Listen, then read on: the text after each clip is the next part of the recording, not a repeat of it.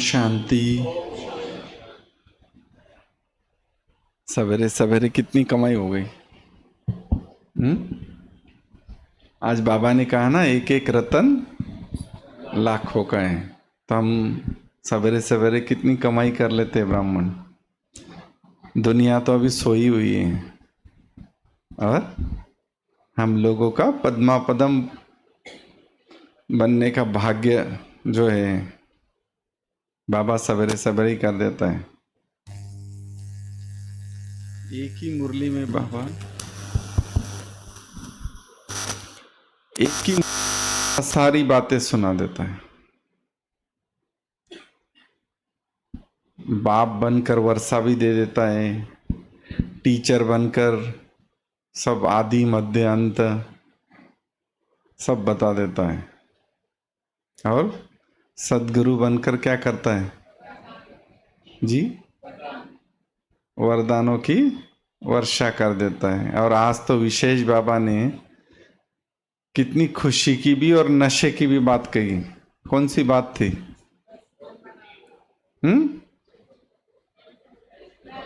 भगवान हमारा वेलकम करने के लिए खड़ा हुआ है, इंतजार कर रहे हैं। अगर किसी का वेलकम करने के लिए मोदी खड़ा हो तो उसको रात भर नींद आएंगी क्या? हाँ? लेकिन हमें नींद आ जाती सवेरे। तो हम परम धाम के बदले कहाँ पहुंच जाते हैं? बिहाइंड परम धाम पहुंच जाते हैं। तो रोज रोज बाबा हम बच्चों को कितना श्रृंगार करता है ज्ञान रत्नों से। तो आज जब मैं सवेरे यहाँ बैठा हुआ था अमृत बेले, तो मुझे बहुत अच्छा लगा। तो बाबा से बात कर रहा था तो मुझे ऐसा लगा कि बाबा कह रहा है कि मैं तुम बच्चों को क्या बना रहा हूँ। आज जब मैं सवेरे सोया तो बाबा ने कहा कि मैं तुमको दर्पण बनाता हूँ बोले। क्योंकि दर्पण जो होता है ना, उसमें कोई भी देखता है। अगर आप मुझे या मैं आपसे पूछूं कि मैं कैसे दिखता हूं, तो आप मुझे खुश करने के लिए कह देंगे बहुत अच्छे दिखते हो भाई जी। क्योंकि मधुबन में अगर कुछ काम हो तो फिर भाई, नहीं तो कह दूंगा ठीक नहीं लगते, तो ये भाई फिर प्रॉब्लम हो जाएगा।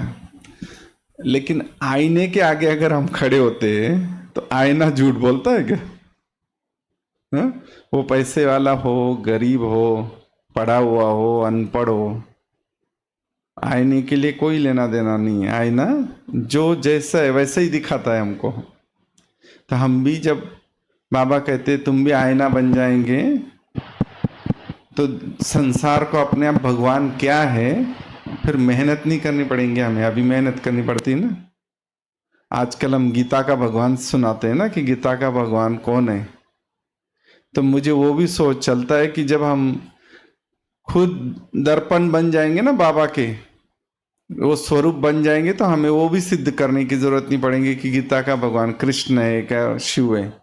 वो अपने आप स्वीकार कर लेंगे। तो हमेशा ये ध्यान रखना है, और ध्यान रखते हम कि हमें बाबा का बनने के बाद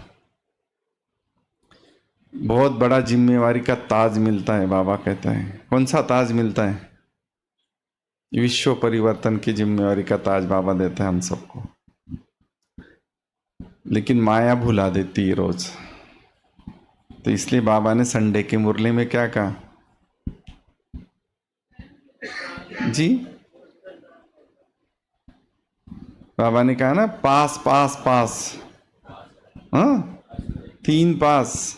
एक तो पास रहना, और एक दूसरी कोई भी बातों को पास कर देना, तो क्या हो जाएंगे? पास हो जाएंगे बोलते हैं।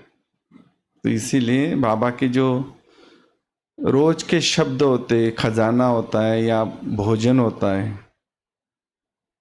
तो हम भी अगर हेवी भोजन खाते हैं ना, तो हमें क्या कहता है कोई भी कि हजमा अगर अच्छा होगा ना, तो भोजन आप हजम कर सकेंगे। तो रोज बाबा अगर इतना तरावटी माल खिलाता है, तो हमारा भूल क्यों जाते हम? हजम क्यों नहीं हो रहा है? सोचा है? हाँ? जी, नहीं, उसी हिसाब से देखो, अगर हमारा हेल्थ अच्छा हो ना, हार्ड वर्क अच्छा करते हैं ना, तो हम कुछ भी खाएंगे ना, कितना भी खा लेंगे ना, तो हजम कर लेंगे। और हम अगर हार्ड वर्क नहीं करते तो नहीं हजम कर सकते। तो अभी या ज्ञान में कौन सा हार्ड वर्क करना है? हाँ, वहाँ तो हम शरीर क्या करते हैं? हाँ, मंथन भी करते हैं, दुनिया में भी बहुत मंथन करते हैं, भजन भी गाते हैं। देखो, वहाँ हम ध्यान किस चीज का रखते हैं? शरीर के अंगों का। तो यहाँ किस चीज का ध्यान रखना है? बाबा किसको सुनाता है रोज ज्ञान? आत्मा को। तो सिंपल कहते हैं बाबा कि जितना ज्यादा तुम सोल कॉन्शियस रहेंगे, आत्माभिमानी रहेंगे, तो अपने आप हजम हो जाएगा खाना। तो खाना नहीं हजम होने का कारण ही है कि हम बॉडी कॉन्शियस में आ जाते हैं, तेरे मेरे में आ जाते हैं हम। तो माया कहती फिर तू मेरा मेरा ही बन जा, फिर ऐसा कह देती हो। तो इसीलिए हमें अगर अपना हजमा अच्छा रखना है, तो सबसे पहला पहला पार्ट बाबा जो रोज सुनाता है कि सोल कॉन्शियस बनने का। क्योंकि जब तक हम सोल कॉन्शियस नहीं बनते, केवल सोचना नहीं, हम केवल सोच लेते कि मैं आत्मा हूं। लेकिन आजकल आप अगर सुनेंगे ना, जो सबकॉन्शियस माइंड का सुनाते हैं ना बहुत सारे यूट्यूब पे, तो वो भी कहते हैं कि वो हमारे विचार, सबकॉन्शियस माइंड विचार नहीं स्वीकार करता है, विजन स्वीकार करता है बोले। तो इसलिए बाबा भी देखो हमें मुरली में रोज याद दिलाता थे कि तुम देवता थे, तुमको देवता बनना है। लेकिन हम केवल सुन लेते हैं, हम वो स्वरूप को याद नहीं कर रहे, वो स्वरूप को। इसलिए बाबा हमें 500 रुपयों की ड्रिल भी कराता है। तो वो किस लिए करा रहा है? क्योंकि वो हमारा सबकॉन्शियस माइंड स्वीकार कर लेता है ना, तो वो चीज बनने में हमारे लिए सहज हो जाती है। तो इसलिए लंबा चौड़ा नहीं, रोज भगवान, मैं कहता हूँ कुछ भी नहीं सुनो, केवल मुरली सुनेंगे ना, क्योंकि मुरली डायरेक्ट बाबा सुनाता है। सारे कल्प तो हम मनुष्य से सुनते आए, अभी भगवान सुना रहा है। लेकिन तो भी हमारे में कोई कोई होते कि हमें फलाने का क्लास ना मुरली से भी अच्छा लगता है। तो वो कितने बुद्धिमान होंगे, आप समझ सकते हो फिर। हाँ? सुनना चाहिए। वो किस लिए सुनना चाहिए? क्योंकि वो हमें सेवा के लिए यूज हो सकता है। वो कभी सुन लिया, वो अलग, वो खराब नहीं किसी का क्लास सुनना। लेकिन मुरली से ऊपर हम किसी का क्लास मनुष्य का रख देते हैं। क्योंकि हम हर एक जो भी ज्ञान लेते हैं वो अपने स्वभाव संस्कार अनुसार व्यक्त करते हैं। लेकिन मुरली क्या है? वो डायरेक्ट परमात्मा के वर्षन है ना। तो हमें अगर सतयुग में बाबा के नजदीक जाना है, पास, वहां पास भी रहना है, एक पास और जोड़ दो लक्ष्मी नारायण के, कृष्ण के। तो जिसका मुरली से प्यार है, उसका ऑटोमेटिकली बाबा से भी, और याद, बाबा ने जो कहा ना आज, मन मना भव, सबसे बड़ा ये बोलते हैं आज, कहा ना बाबा ने विशेष कि कौन से बच्चों का बाबा के पास रिस्पेक्ट है, ये है उसके लिए बाबा। बाबा सारी चीजें मुरली में बता देता है। केवल हमें अगर सोल कॉन्शियस होके बॉडी कॉन्शियस होंगे तो फिर वो इतना केवल सुनने के लिए अच्छी लगेंगी। लेकिन हम सोल कॉन्शियस होके सुनते हैं तो वो चीजें हमें लगती है, तुरंत अप्लाई करने के लिए हमें अंदर से आवाज आती है। तो आज हम कोई अचानक का ड्रामा है, किसी भाई के ट्रीटमेंट के लिए आए थे।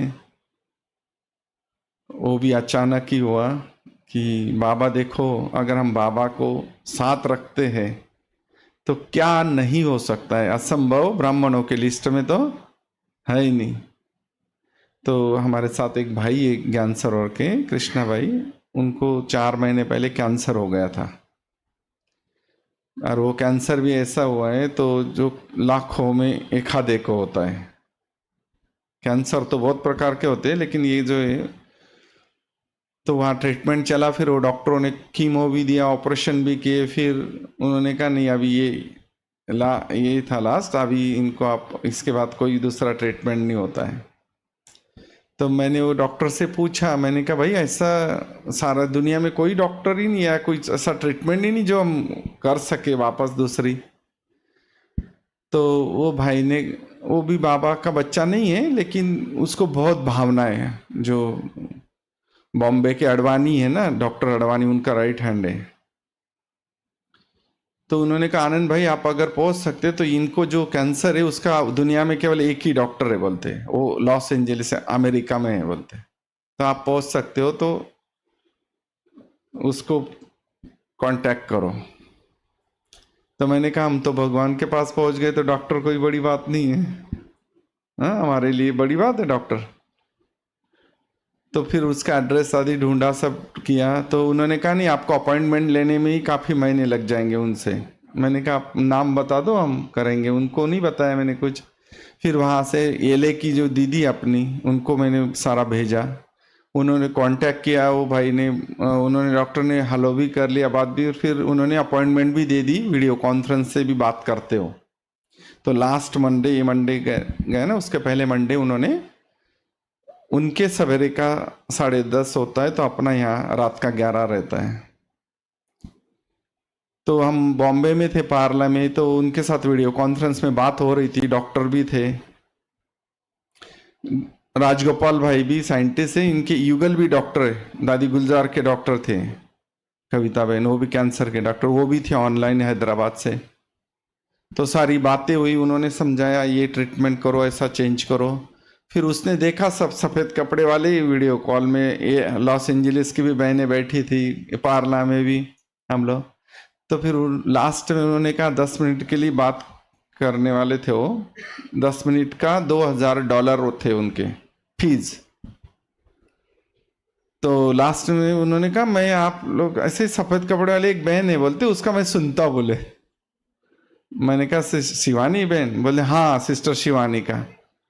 तो मैंने कहा लो, नामानुसार शिवानी बहन बॉम्बे में थी। मैंने कहा देखो मैं आपको मिलाता हूँ, मैंने कैमरा घुमा दिया लैपटॉप का। तो उसको इतना सरप्राइज हुआ, उसने कहा ये तो मैं सोच ही नहीं सकता, बोलते ऐसा हो सकता है ऐसा। तो उसके बाजू में असिस्टेंट बैठी हुई थी जापानीज, तो उसको बोलता है ये कृष्ण कुमार का सारा फीस आदि सब कैंसिल कर दो बोले। और फिर कहता है कि मैं 23 तारीख को दिल्ली आ रहा हूँ किसी प्रोग्राम के लिए इंडिया में, तो मैं जरूर कृष्ण कुमार को मिलना चाहूंगा बोले। बेंगलोर में 2-3 दिन हूँ और 2-3 दिन दिल्ली में, जहां आपको ठीक लगे मैं मिलूंगा। तो शिवानी बहन ने बोल दिया, बोलते नहीं हम, आप दिल्ली आ रहे तो कृष्णा भाई को हम दिल्ली बुलाएंगे और मैं भी आपसे मिलने आऊंगी बोले। फिर मैंने तो उनको ही, मैंने कहा अभी आप आपस में बात करो जो फाइनल करना है। तो फिर उन्होंने फाइनल किया, आज कल ही आए वो भी। फिर मैसेज भेजा है व्हाट्सएप पे कि शिवानी बहन को भी भेजा। तो आज वो 10 बजे 10:30 बजे बोलते मुझे लेने आओ, मेरी वाइफ और हम ORC आएंगे। उनको शिवानी बहन ने सारा भेजा था, तो आज वो ORC आ रहा है और रात को रहेगा भी ORC में। तो देखो कहाँ से कहाँ सेवा हो जाती है। अगर हम ऐसा नहीं सोचना कि कहाँ ढूंढेंगे, मिल सकता है क्या, फिर वो क्या चार्ज, अगर हम बाबा को साथ रखते हैं तो हम कुछ भी कर सकते हैं। तो ये अनुभव हो गया, ये भी एक नया अनुभव। और वो एले की बहने ने भी कहा कि हमारे लिए भी एक सेवा का साधन बन गया, बोले हमारे लिए इतना बड़ा डॉक्टर से पहचान हो गई। तो उस निमित्त हम आए हुए खास उनको आज मिलने के लिए। और हमारे साथ राजगोपाल भाई भी है। आप कोई जानता आप में से राजगोपाल भाई को? हाँ, राजगोपाल भाई भी, मैं तो मधुबन में रहता हूँ, आप सबको पता होना चाहिए, लास्ट 30 ईयर्स से, 30 सालों से। लेकिन राजगोपाल भाई आप जैसे ही परिवार में ही रहते हैं।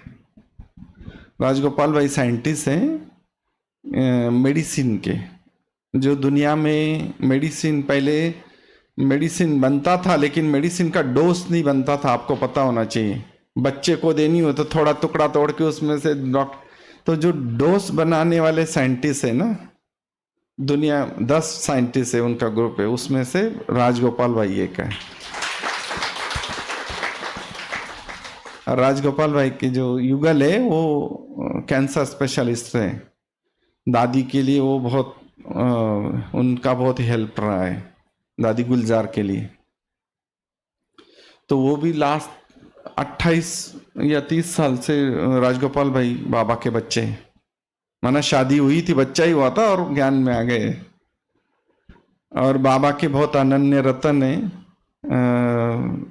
पढ़े लिखे तो है ही राजगोपाल भाई इतने, लेकिन लौकिक में भी राजगोपाल भाई बहुत बड़े लैंडलॉर्ड है। उन माना उस घर से है। तो मैं गया था अभी तिरुपति, शिवानी बहन और हम गए थे प्रोग्राम में। तो उनका गांव वही है तिरुपति के बाजू में। बहुत सारा राजगोपाल भाई इसका 400 एकड़ में चावल ही लगा हुआ था केवल। तो ऐसा जैसा उनका खेती है वैसा उनका दिल भी है। तो मैं गया तो वहाँ खेती में बहुत बड़ा मकान बना हुआ है और नीचे बहुत बड़ा गोडाउन है। तो मैंने कहा यहाँ क्यों रखा हुआ है इतना सारा?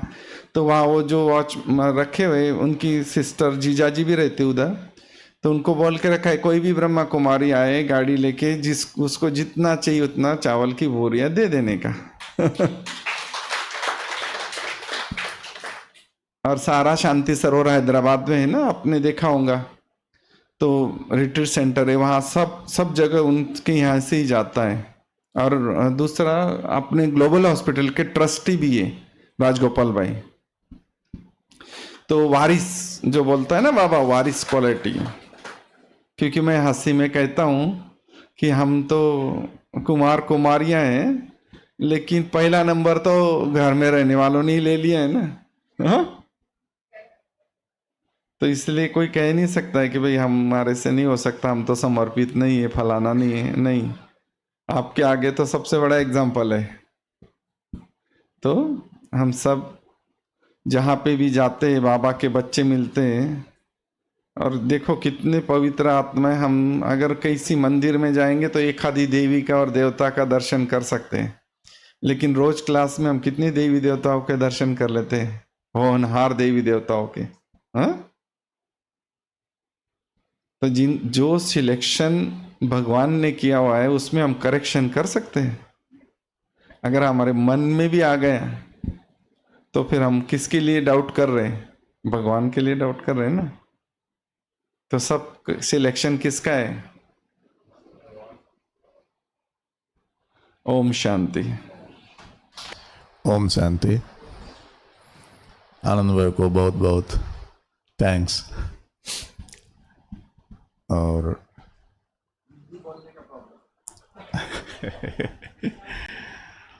मैं 20 साल पहले पांडव भवन में आए। बाद में आता रहता हूँ दिल्ली में, पर टाइम नहीं मिलता था, फिर नहीं आया। कभी कभी ORC में जाके फिर चले जाता हूँ। वो टाइम में दादी थी। कल शाम को मैं आनंद भाई को बोल रहा था, मैं वो टाइम में 4 बजे आया इधर। दादी जी हॉल में बैठी हुई थी साइड में। मेरे को पहचानती दादी। दादी बोली, भाई अब भोजन करे? मैं बोला हाँ जी दादी, हो गया। बट समझ गए दादी ये किया नहीं है। फिर दादी जी ने नीलू बहन को बोला कि उनको कुछ पुलाव बना के खिलाओ, ऐसा बोली। जब तक नीलू बहन पुलाव बनाई, बिजमोहन भाई भी आए कि कुछ जगह से, उनको वो भी नहीं कहा खाना। वो बोल रहा था, राजगोपाल भाई आपसे मेरे को भी भोजन मिल गया। आपका वजह से। ऐसा हमारा भाषण में कितना रेस्पेक्ट होता है, कितना ब्राह्मणों का। दादी जी देख के ही समझ में आ गया उनके भोजन किया ही नहीं। और बिजमोहन भाई बोलते हैं आप आए इसलिए मेरे को भी बहुत पुलाव मिल गया, ऐसा बोलते। सो ऐसा रेस्पेक्ट का बात वो एक दूसरों का, ये ब्राह्मण जीवन में ही हो सकता है ऐसा। बाकी सब हम चलते आए, फिर तो उधर सीखने का भी नहीं है, फिर सीखने वाला भी नहीं है। ये सब आनंद भाई बोल रहा था। हम तो क्या बोलते हैं, रेड्डी से, साउथ से। हम लोग ज़्यादा पढ़ते नहीं है, पढ़ाई में ज़्यादा इंटरेस्ट नहीं दिखाते। पेरेंट्स भी वो ऐसा ज़मीन होता है, ऐसा अपने आप को बहुत बड़ा आदमी समझ के वो खेती में घूमना फिर खाना पीना खाना आराम करना ऐसा होता है। फिर मेरे को शुरू से पढ़ने का इंटरेस्ट था। फिर वो पढ़ाई भी डिग्री तक पढ़ेंगे, डिग्री भी नहीं, ज़्यादा लोग हमारे में पढ़ते नहीं, वो उनको जल्दी शादी हो जाता है, पर अपना उसमें बिजी हो जाता है खेती में। फिर मैं ऐसा पढ़ के पूना में पीएचडी किया। सोचा भी नहीं था मैं पूना जाएंगे पीएचडी करेंगे। घर में भी लोग सोचते थे अब इसको क्या पढ़ने का, किधर किधर जाता है बोल के। फिर बहुत अच्छा लगा पूना में, प्रोफेसर्स भी बहुत अच्छे थे, बहुत अच्छा पढ़ाया वो लोग ने, हमको सिखाया। फिर उसमें और भी इंटरेस्ट आया, इसको पूरा करना है, जो भी पढ़ रहे पूरा करना है। फिर अमेरिका भी गए।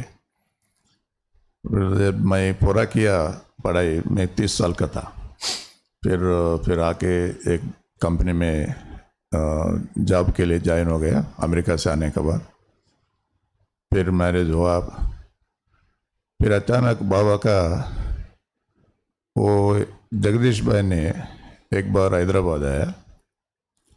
जगदीश भाई ने ऐसा मीटिंग रखा, एक 50 लोग को बुलाया हैदराबाद में। भाई साहब का इवनिंग क्लास था, 50 लोग इंडस्ट्रियलिस्ट को बुलाया। फिर हमारा चेयरमैन इटली जा रहा था, उनको आया इन्विटेशन। वो इन्विटेशन मेरे को दे के ये मीटिंग में जाओ। वो मेरे को जाना ही नहीं था, मैं तो एकदम छोटे बड़े लोग आए। फिर मैं ऐसा रख के टेबल का ऊपर रख के ऐसे बैठ गया। फिर मेरा एक दोस्त आया, अरे बहुत अच्छा मीटिंग है, हमको नहीं मिलता है ये इन्विटेशन, आप तो जाओ। फिर वही मेरे को लेके वो हॉल में छोड़ के चला गया। फिर जगदीश भाई का 3 घंटे का क्लास था, 5 बजे चालू हुआ, बीच में एक चाय नाश्ता ऐसा खिलाए। फिर मेरे को समझ में आ गई ये अभी हमको ज़रूरत है। फिर बाद में 7 दिन का कोर्स हुआ। उषा बहन थी ना अभी मधुबन में, वो थी हमारा सेंटर में वो टाइम। फिर वो टाइम में एक नया पार्ट ओपन हो गया, ये आत्मा का। हम लोग कभी सोचे नहीं यार, इतना पढ़ाई होने के बाद भी हम आत्मा बोल के हमको मालूम नहीं है अभी क्या हो गया है पढ़ाई सब। इतना नशा था वो पढ़ाई पढ़ने के लिए, इतना पैसा खर्चा किया, इतना हो गया, अभी हम खुद का मालूम नहीं हो गया। मेरे को बहुत ही वो ऐसा कुछ, मेरा युगल भी बोलने चालू हो, क्या हो गया आपको? मैं बोलता सबको आत्मा है, मैं भी आत्मा, आप भी आत्मा है। वो बोले आप पहले बार स्पिरिचुअल इसमें गया इंस्टीट्यूशन में, आपको ऐसा नशा हो गया, ऐसा ज़्यादा होशियार नहीं बनो ऐसा बोल के। मैं सबको दृष्टि भी देता था। बहुत अच्छा, वो शुरू में बचपन के दिन बुलाने देता ना बाबा, बहुत मज़ा आया वो टाइम में। फिर बाबा ने अभी आपका सामने इधर लेके आ गया, बहुत कुछ है। फिर बाबा ने दादी जी को बहुत नज़दीक में लाया, युगल का कारण से। युगल डॉक्टर है ना, फिर जब हो जाते थे मैं भी वो पैदल लेने के साथ साथ में जब मैं भी जाते थे दादी जी को मिलने के लिए। पहले बार 20 साल हो गए, 20 साल पहले दादी जी आए अपोलो में। कविता बहन ने पहले बार एक मशीन लेके आए अमेरिका से, लॉस एंजल जाके ट्रेनिंग होके एक मशीन, पेट स्कैन बोलते हैं, आपको पता है। वो पेट स्कैन अपोलो में हैदराबाद में थे, दादी जी को वो पेट स्कैन करने का था। फिर नीलू पहले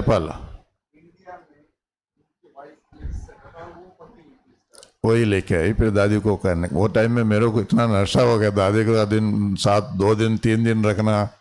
फिर बहुत वो दिन से लास्ट में दादी जी को मैं आनंद भाई हमने वो भी बाबा ने हमको इतना क्या बोलते हिंदी में अपॉर्चुनिटी दिया।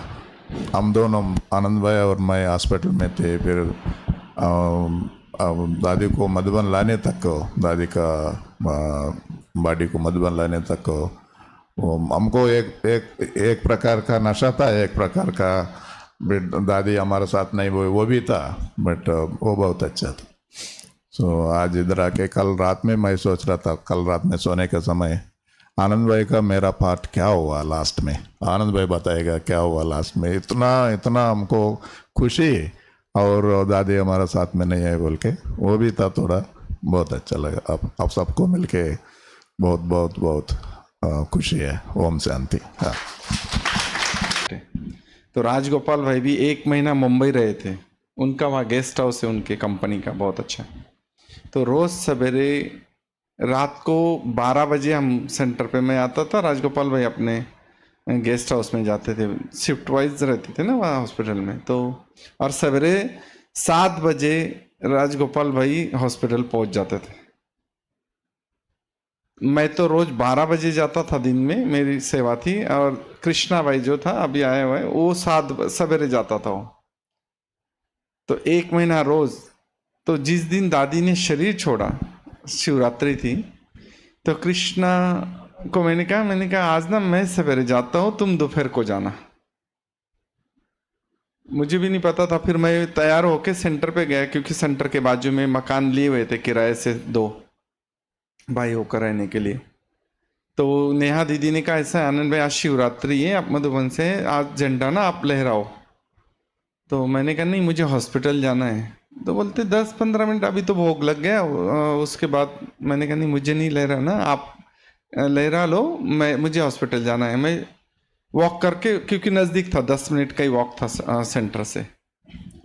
तब तक राजगोपाल, मैं 1-2 गेट थे हॉस्पिटल के, एक गेट से राजगोपाल भाई और कविता बहन को फ़ोन कर दिया था, सीरियस था दादी का तबीयत। तो कविता बहन भी रात को 12-1 बजे आ गई थी, और उधर ही थी गेस्ट हाउस में। सवेरे दोनों वो एक गेट से घुसे, मैं एक गेट से घुसा। हम गए, देखा ठीक था। फिर क्योंकि दादी के लिए ना वहाँ का जो सेफी हॉस्पिटल के जो गुरु है ना, उनका स्वीट बना हुआ है अलग हॉस्पिटल में, वो दादी के लिए दिया हुआ था उन्होंने। तो दादी का रूम, बाजू में बहनों के लिए रहने का किचन, डाइनिंग, और एक बड़ा सिटिंग रूम, एक वेटिंग रूम, ऐसा। तो हम सिटिंग रूम में टीवी लगा के, मैं क्योंकि शिवरात्रि थी, पीस ऑफ माइंड लगा के शांतिवन का प्रोग्राम ऑन किया हुआ था, 8 बज रहे थे। तो तब तक वो डॉक्टर आए, मैं और राजगोपाल भाई बैठे थे, क्योंकि बाकी सारी बहन, तारा बहन, सब स्नान करने के लिए सब सेंटर पे चले गए थे। नीलू बहन अपने कमरे में थी, तो और कविता बहन। तो डॉक्टर ने बाहर आया सिटिंग रूम में, उधर निर्वेर भाई बोल ही रहे थे झंडे के लिए, शुरू किया था। बोलते आनंद भाई आप अंदर आ जाओ, दादी जा का अभी ये हो रहा है जाने का, क्योंकि वो इसके ऊपर पता चल जाता ना उनको। हाँ, तो हम गए, तो हम दोनों ही दादी के सामने खड़े थे, पैरों के पास दादी का चेहरा, दादी की आंखें खुली थी। फिर कविता बहन, नीलू बहन को भी लेके आए रूम में से। तो देखो ड्रामा कि जब आत्मा जा रही थी रिटर्न जर्नी में बाबा के पास, तो हम सामने खड़े थे। तो मेरा ये, मैं 2 मिनट और लूँगा कि दादी गुलजार का तो हुआ ही ऐसा, लेकिन तीनों दादियों के लिए जब तीनों ने शरीर छोड़ा, तो तीनों के सामने मैं खड़ा था। हाँ, क्योंकि दादी जानकी के समय तो कोरोना था, कोई जा नहीं सकता था। तो दादी को हॉस्पिटल इधर लेके आए हुए थे।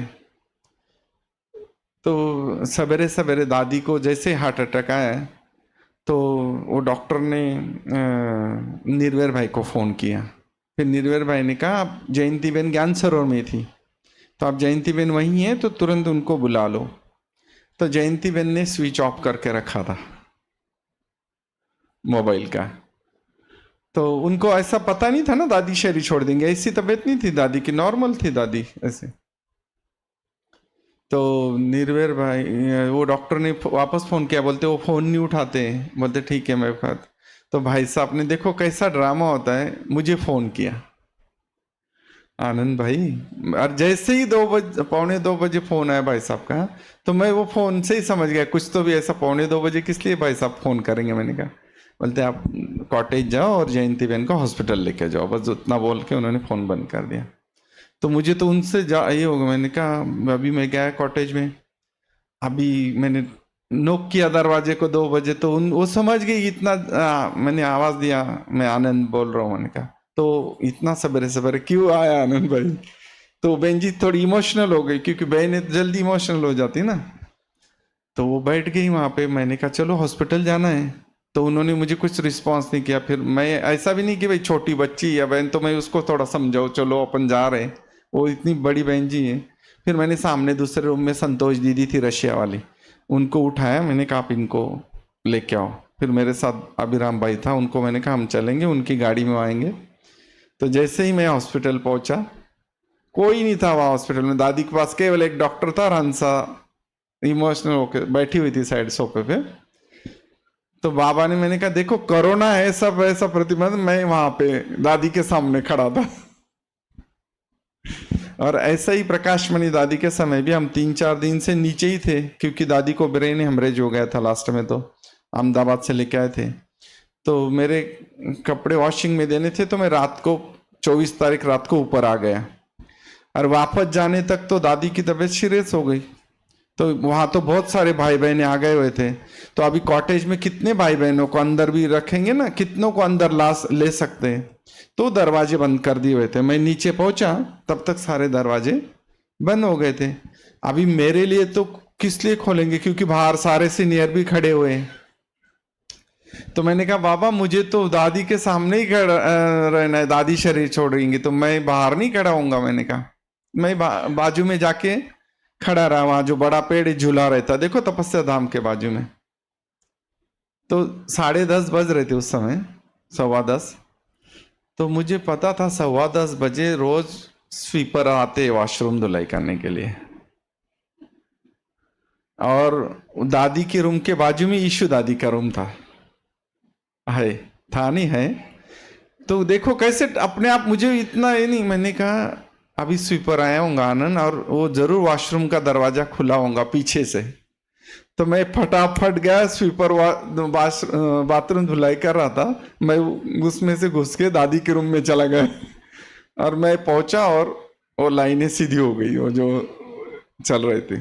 तो ये भी मुझे बहुत खुशी होती। बाकी कहते कि दुनिया वालों को तो दुख होता है, लेकिन मैं कहता नहीं, मुझे खुशी हुई, क्योंकि देखो हमारे तो पास हुई तो ऑनर हुए हैं ना, उन्होंने तो ये एग्जाम में पास हुए, तो पास हुई तो ऑनर हुए, तो हमें खुशी होनी चाहिए ना। ऐसा अनुभव है। ओम शांति।